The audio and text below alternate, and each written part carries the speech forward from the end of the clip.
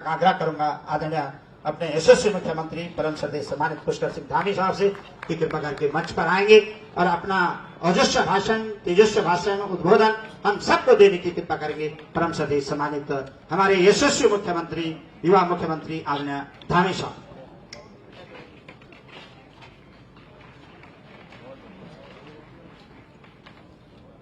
भारत माता की, भारत माता की, वंदे वंदे। विजय दिवस के अवसर पर हमारे बीच में जिनका अभी हम सब लोगों ने संबोधन सुना, हमारे राज्य के सैनिक कल्याण मंत्री और सैनिकों के लिए लगातार प्रयास करने वाले, लगातार प्रयत्न करने वाले और हमेशा अपने को एक सैनिक मानकर काम करने वाले सैनिक कल्याण मंत्री आदरणीय गणेश जोशी जी, उत्तराखंड सरकार में मेरे साथ हमारे अनेक विभागों के वित्त समेत संसदीय कार्य, शहरी विकास के मंत्री के नाते राज्य के विकास को आगे बढ़ाने का काम करने वाले आदरणीय प्रेमचंद अग्रवाल जी, हमारे इस विधानसभा क्षेत्र राजपुर के हमारे बहुत ही लोकप्रिय विधायक और पूर्व में कैबिनेट मंत्री रहे हमारे वरिष्ठ नेता आदरणीय खजान दास जी, श्री विश्वास डाबर जी, सिद्धार्थ अग्रवाल जी, मेजर जनरल समी सवरवाल साहब, उन्होंने हम सबके रोंगटे खड़े कर दिए जब वो बोल रहे थे और वास्तव में जो आज की हकीकत है उन्होंने हम सबके समक्ष रखी।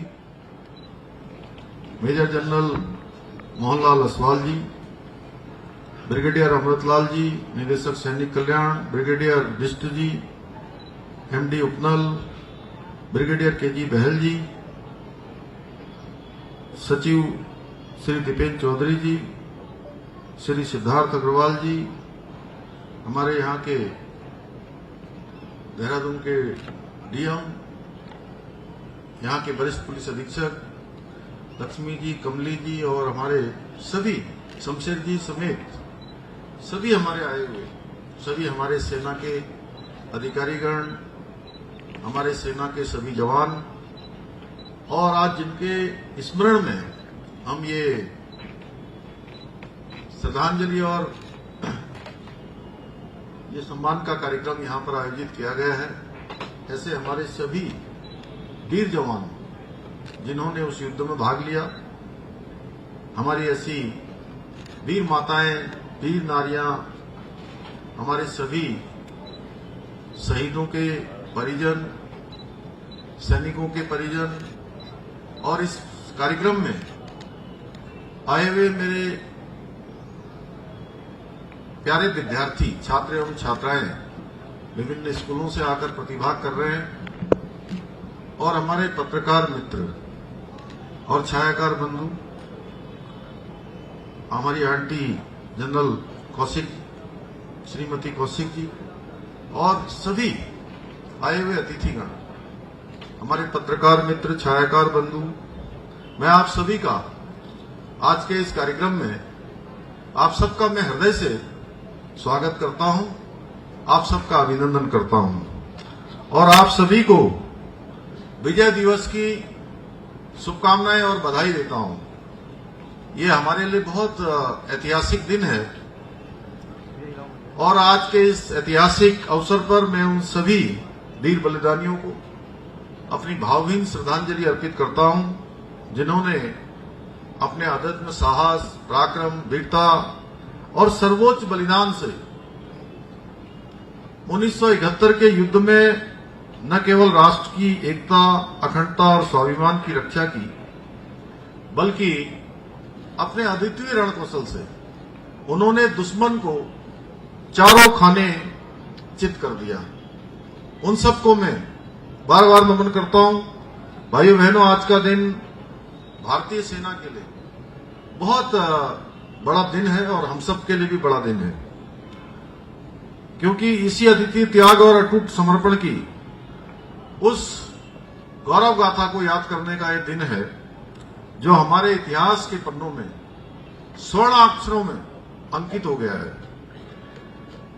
1971 में पाकिस्तान के साथ लड़ा गया वो युद्ध स्वतंत्र भारत के इतिहास का एक ऐसा स्वर्णिम अध्याय है जो हमारी सेना के लिए और हर एक भारतीय के लिए गौरव और प्रेरणा का स्रोत है।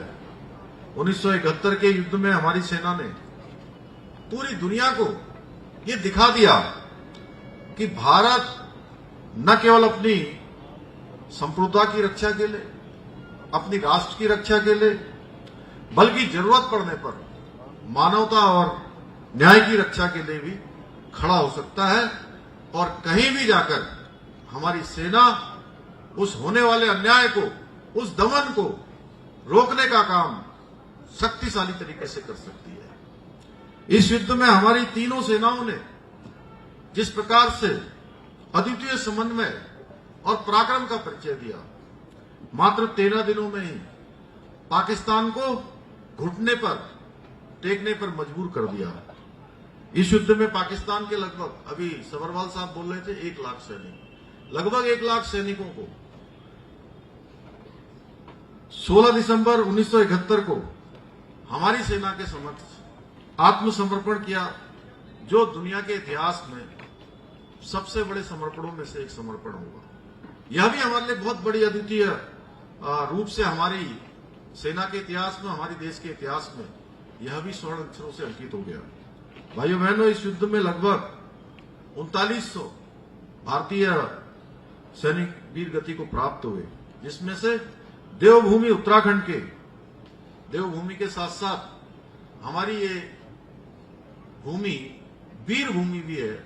यहां से भी 255 बहादुर सपूतों ने अपने प्राणों का बलिदान दिया।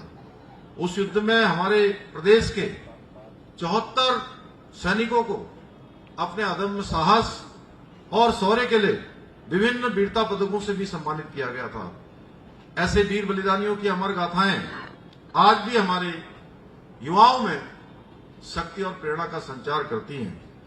परंतु आप सभी को, जैसा गणेश जोशी जी ने भी कहा, प्रेमचंद अग्रवाल जी ने भी कहा और हमारे मेजर जनरल सभी सब्रवाल साहब ने कहा, हम सभी जानते हैं कि 2014 से पहले का वो कालखंड भी हमको याद होगा। हम सब स्मरण करेंगे, 10 साल पहले जाएंगे तो हमको हर प्रकार से दिखाई देगा कि सेना के शौर्य को भी राजनीतिक चश्मे से आंकने का प्रयास किया जाता था। और सेना के सामने जब दुश्मन हमला करते थे, उनको उस हमले का जवाब देने के लिए, दुश्मनों से लड़ने के लिए भी आदेश देना पड़ता था। और सेना के जवानों के साथ वहां पर दूसरी तरफ से गोलियां आती रहती थी, हमले होते रहते थे।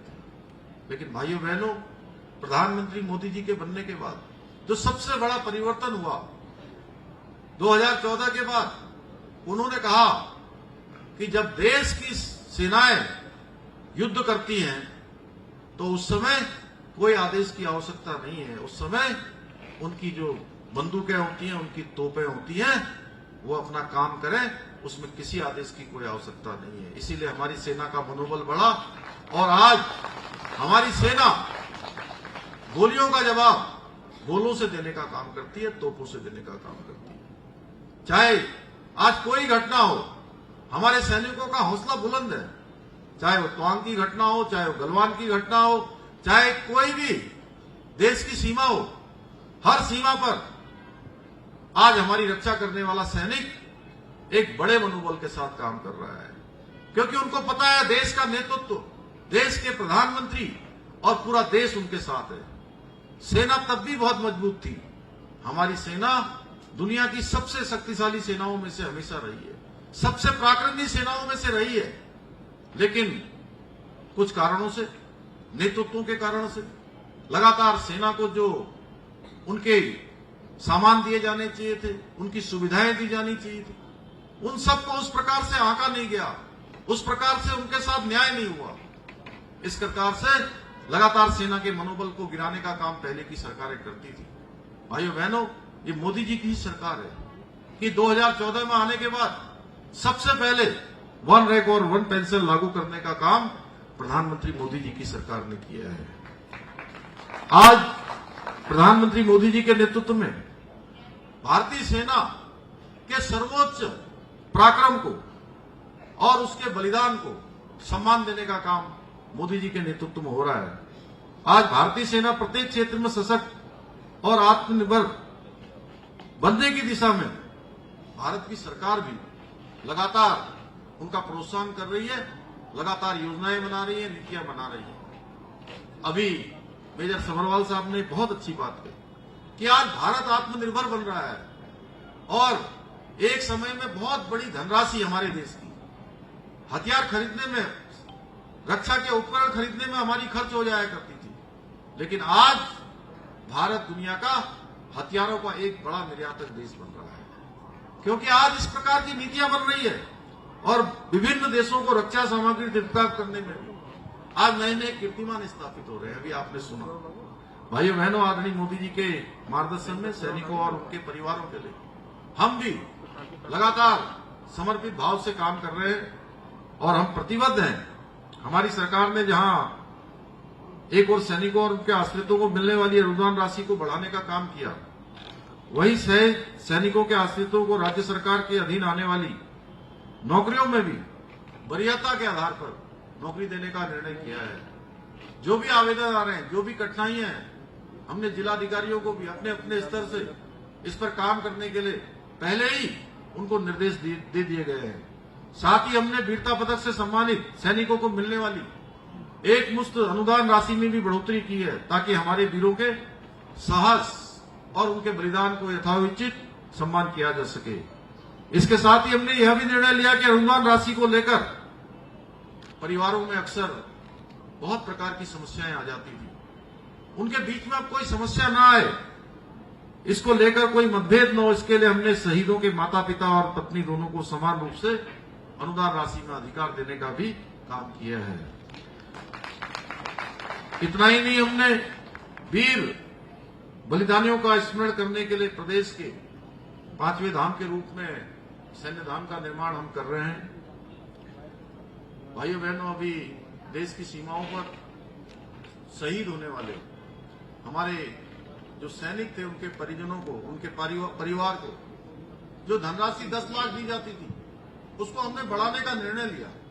और जब हमने बढ़ाने का निर्णय हम कर रहे थे, उस समय बहुत प्रकार की चीजें आ रही थी, लेकिन मैं अपने मंत्रिमंडल के भी सभी साथियों का, जो सब मेरे से वरिष्ठ हैं, अधिकांश वित्त मंत्री जी यहाँ पर बैठे हैं, सैनिक कल्याण मंत्री जी हैं, जब मैंने आप सब लोगों से चर्चा करी कि कितनी राशि बढ़ाई जानी चाहिए, तो सबका यही था कि अधिकतम राशि बढ़ाई जानी चाहिए।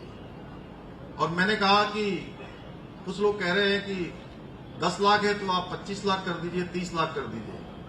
मैंने कहा, मैंने सोचा है कि ये राशि 50 लाख रुपए होनी चाहिए।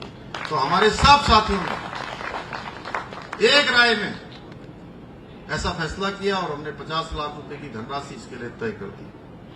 भाइयों बहनों, मैं एक सैनिक का बेटा हूं और आज आदरणीय प्रधानमंत्री जी के नेतृत्व में रक्षा के क्षेत्र में जो देश के अंदर अनेक उपलब्धियां हमको प्राप्त हो रही है, अनेक सकारात्मक परिवर्तन हो रहे हैं, उसको देखकर मुझे भी अत्यंत हर्ष का अनुभव होता है।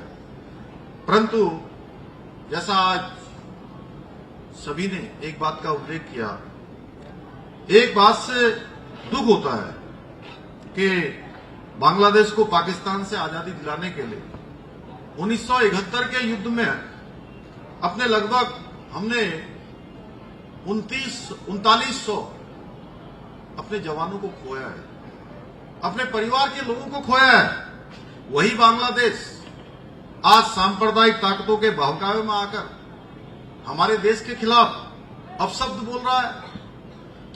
आज बांग्लादेश में जो वहां का हिंदू समुदाय है, उनके साथ अत्याचार हो रहा है, तमाम प्रकार की दुखद घटनाएं हो रही हैं, हिंसा हो रही है और मानवता के जो मूल्य हैं उनको तार तार किया जा रहा है। मानवता को बड़ा आघात वहां पर हो रहा है, हमें बांग्लादेश में रहने वाले हिंदुओं की चिंता है। और जिस प्रकार से वीडियो वायरल हो रहे हैं, भाइयों बहनों, एक बात और समझ में सोचने की है कि देश के अंदर छोटी छोटी घटनाओं में केवल विरोध के लिए विरोध करने वाले, कैंडल मार्च निकालने वाले, अक्सर जंतर मंतर पर धरना प्रदर्शन करने वाले, छोटी छोटी बातों पर संसद का काम बाधित करने वाले लोग, ये सारे के सारे गायब हैं। ये प्रश्न केवल मेरा नहीं है कि मैं यहां से बोल रहा हूं, आखिर जो हो रहा है वो हम सबके सामने हो रहा है। हम सबको इस प्रश्न का उत्तर खोजना होगा कि आखिर ऐसा क्यों हो रहा है। आखिर ये कौन लोग हैं जो केवल वोटों के लिए काम करते हैं। इनको बांग्लादेश में होने वाली हिंसा नहीं दिखाई देती, वहां महिलाओं के साथ किस प्रकार की क्रूरता हो रही है वो दिखाई नहीं देता, किस प्रकार से नरसंहार हो रहा है। भाइयों बहनों, केवल ये तुष्टीकरण की राजनीति करने वाले, केवल वोट बैंक की चिंता करने वाले, ये आज चुप बैठे हुए हैं। बीजेपी और एनडीए की सरकार ने जो उसकी चिंता है, उस चिंता से बांग्लादेश की अंतरिम सरकार को अवगत कराया है। मैं आज इसके अवसर पर यह कहना चाहूंगा कि भारत हमेशा शांति और सहिष्णुता का पक्षधर रहा है, लेकिन कोई हमारी इस सद्भावना को हमारी कमजोरी समझने की भूल न करे। ये भूल उनको बहुत भारी पड़ेगी। अगर हम धूल से फूल बनाना जानते हैं तो हम धूल में मिलाना भी जानते हैं। ये हमारे जो संस्कार हैं उसको हमारी कमजोरी नहीं समझा जाना चाहिए। आज विजय दिवस के इस अवसर पर मैं आप सभी से आह्वान करना चाहता हूं कि हम सब अपने वीर सैनिकों और बलिदानियों के सपनों को साकार करने के लिए एकजुट होकर कार्य करें और एक समृद्ध, सशक्त और आत्मनिर्भर भारत के निर्माण में अपना योगदान दें। माननीय प्रधानमंत्री जी ने विकसित भारत का जो संकल्प लिया है और हमारे लिए जो उन्होंने इस बार राज्य स्थापना दिवस के अवसर पर हमारे लिए 5 अपील राज्यवासियों से की है। बोली भाषियों से जुड़ना, अपनी संस्कृति को बढ़ाना, बच्चों को सिखाना, इस प्रकार के जो उन्होंने हमारे सामने अपनी बातें रखी हैं उसको हम सबको आगे बढ़ाना होगा। भाइयों बहनों, हर तरीके से उन्होंने उत्तराखंड की चिंता की है। कोई ऐसा अवसर नहीं है जब वो देवभूमि उत्तराखंड का जिक्र न करते हो। कोई भी विशिष्ट अवसर होता है, देश में होते हैं, दुनिया में होते हैं, हमारे सैनिकों की चिंता करते हैं, सैनिकों का मनोबल बढ़ाते हैं। होली होती है, दिवाली होती है या कोई भी उनका प्रमुख त्योहार होता है, हमेशा उस सैनिकों के बीच में मनाते हैं। और उन्होंने इसी बाबा केदार के धाम से कहा था कि 21वीं सदी का तीसरा दशक उत्तराखंड का दशक होगा। और आज हम उस दिशा में आगे बढ़ रहे हैं। हम नए नए अनेक कीर्तिमान स्थापित कर रहे हैं।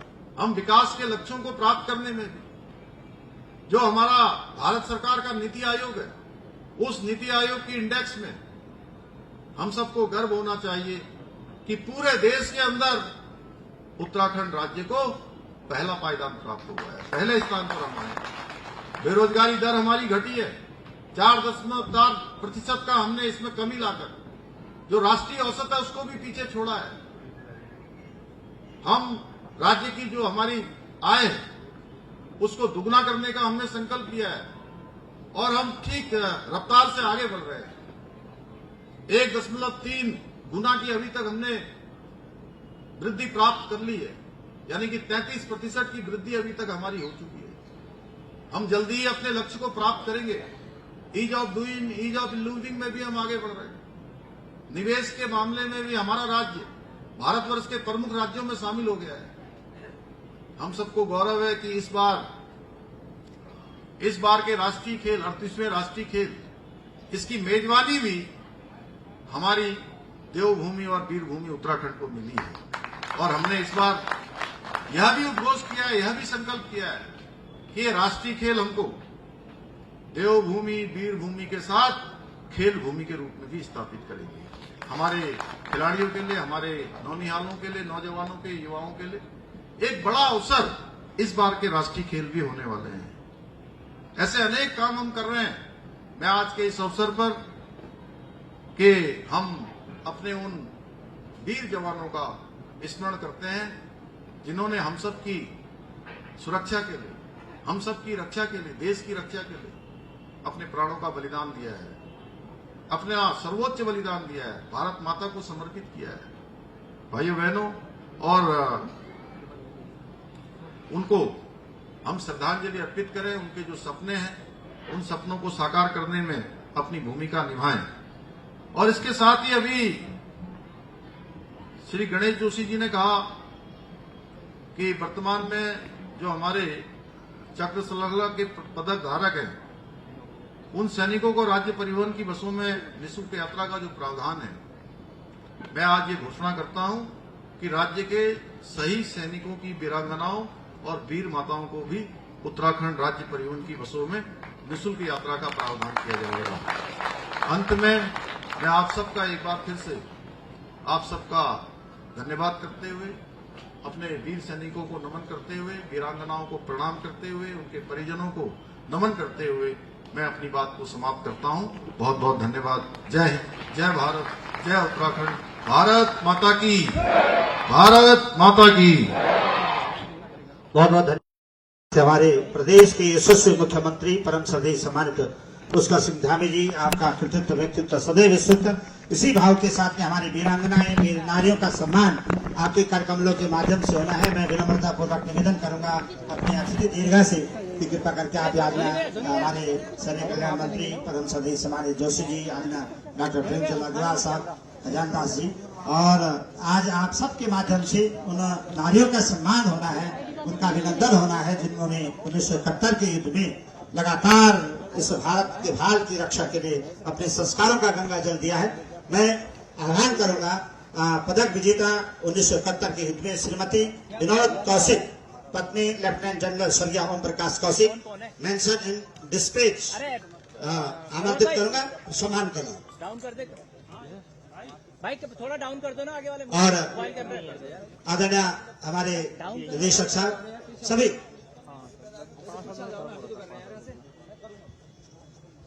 मेरा निवेदन रहेगा कि जिनके नाम लेते जा रहा हूं वो तो आते रहेंगे।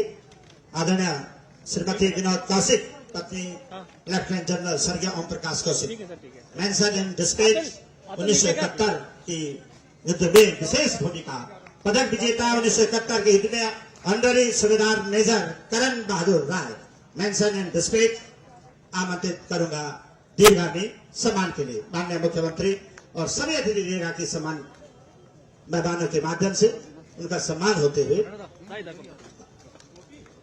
करण बहादुर राय साहब, Subedar honorary Subedar major Karan Bahadur Rai, mention in dispatch 1971 के युद्ध में जिनकी महत्वपूर्ण भूमिका रही है, और ऐसे वीरों का हम आह्वान करते, जोरदार ताली के साथ स्वागत भी करेंगे।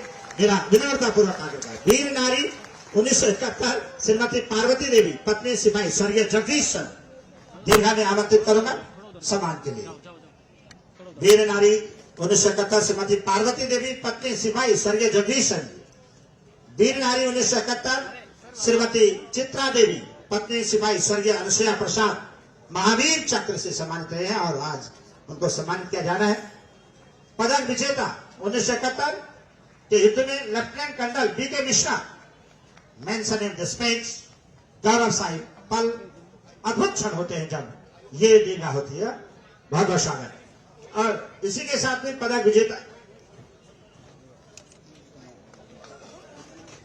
और एक भाव निष्ठा व्यक्ति के नाते हमारे युवा यशस्वी मुख्यमंत्री महोदय का निर्णय कि मैं स्वयं उनके स्थान पर जाकर के उनका सम्मान करूंगा उत्तरीय के साथ में, और उनको उसी दीर्घा में उनका आशीर्वाद दिलूंगा।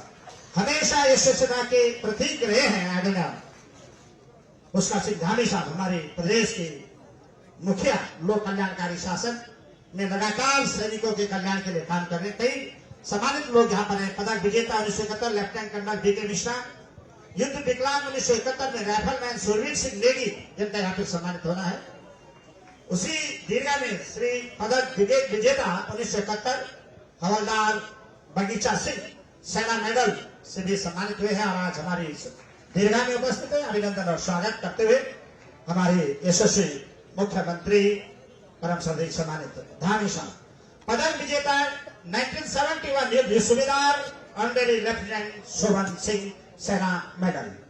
और आज इस गौरवशाली अवसर पर सम्मान प्राप्त करते हुए अपने प्रदेश के मुखिया के माध्यम से बहुत बहुत स्वागत है, बहुत बहुत सम्मान। वीर नारी 1971 श्रीमती अपर्णा देवी पत्नी पीओ स्वर्गीय के.एल. शर्मा बहादुरी और जज्बे के लिए जानी जाती है हमारी सेना। उत्तराखंड देवभूमि का घर घर सैनिक, घर घर सिपाही, कंकर कंकर शंकर की भूमि की बात की गई है। ऐसे घर घर सैनिकों का सम्मान और स्वागत। श्रीमती मंजू देवी पत्नी नायक स्वर्गीय गोवर्धन अधिकारी वीर चक्र से सम्मानित, स्वागत और सम्मान, अभिनंदन और बंधन की इस दीर्घा में। वीर नारी श्रीमती विजय लक्ष्मी पत्नी हवलदार स्वर्गीय गोविंद सिंह सेना मेडल ऑपरेशन रक्षा 1971 की जो बहादुरी और जज्बा का प्रतीक है वो सम्मान। अनेकों अनेकों सम्मानों से सुशोभित हमारे सैनिक और उनके परिवार के लोग वीर नारी सम्मान आज प्राप्त कर रहे हैं। उन वीरता का सम्मान प्राप्त करें, ये सबसे गौरव में क्षण होते हैं। वीर नारी सम्मान श्रीमती विशाखा देवी नेगी पत्नी मेजर स्वर्गीय परिणय नेगी ऑपरेशन सेना नेपाल। सेना के अंदर अपनी बहादुरी और जज्बे के लिए जाने जाते